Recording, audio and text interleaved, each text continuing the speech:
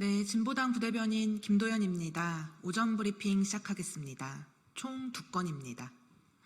현대판 홍길동, 박장범 앵커, KBS 사장 후보로 자격 없습니다.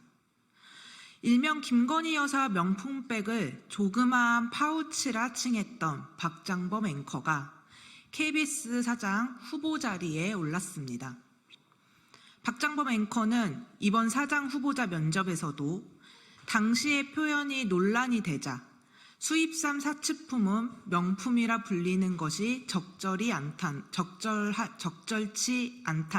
주장을 했습니다. 다시 하겠습니다. 박장범 앵커는 이번 사장 후보자 면접에서도 당시의 표현이 논란이 되자 수입산 사치품은 명품이라 불리는 것이 적절치 않다는 주장을 했습니다. 박장범 앵커는 현대판 홍길동입니까? 명품을 명품이라 부르지 못하는 이유가 도대체 무엇입니까? 사치품이라 생각했다면 방송 대담에서 자그마한 파우치가 아니라 사치품이라 칭했어야 할 것입니다. 그게 본인이 말하는 기본적인 언론의 구분 아닙니까? 결국 윤석열 정권의 입맛대로 움직이고 그 덕을 보겠다는 심산으로만 해석됩니다. 권력에 눈이 멀어 국민의 목소리를 외면하는 사람이 한국 방송에 사장 자리를 넘본다는 것은 국민에 대한 모독입니다. 곧 국회 인사청문회가 시작됩니다. 국민의힘이 이번 청문회에서 어떤 행동을 보일지 지켜보겠습니다. 대통령의 권력에 기대어 국민의 알 권리를 제대로 전하지 않은 사람을 두둔하는 모습을 보이지 않길 바랍니다. 제대로 검증해 KBS 사장을 선임하는 것, 그것이 국민의 요구입니다. 두 번째입니다. 오락가락 윤석열식 디딤돌 대출 규제에 눈물 짓는 건 국민입니다. 정부가 디딤돌 대출을 축소하겠다 발표했다가 유예를 하고 반발이 심하자 닷새 만에 다시 추진한다는 계획을 내놨습니다. 내 집 마련의 꿈을 꾸고 있던 서민들은 2주 사이에 일어난 정부의 오락가락 정책에 혼란스러워하고 있습니다.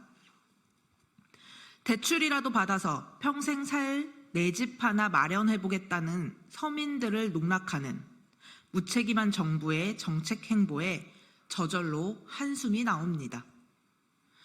공연히 내가 집 한 채 가지지 못한 것이 죄인인 것 마냥 위축되는 것은 국민의 몫이 되었습니다.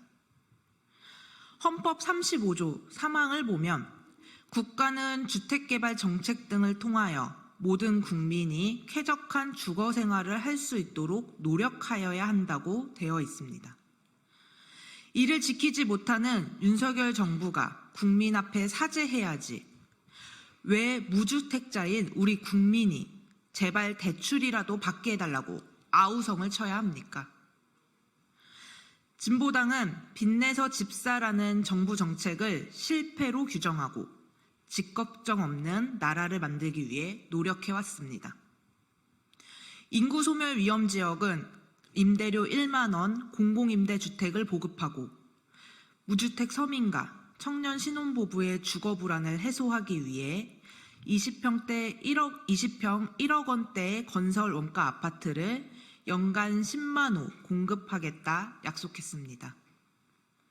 우리가 꿈꾸는 것은 내 집 한 채 만들기 위해 평생을 희생하는 것이 아니라 안전한 나라에서 평등하게 사는 것입니다. 국민의 목소리를 반만이라도 들으면 주먹구구식 주택 정책을 시행하지 않았을 것입니다. 윤석열 정부가 해야 할 일은 오로지 국민만 바라보고 국민 목소리가 반영된 정책을 내놓는 것입니다. 네, 이상입니다.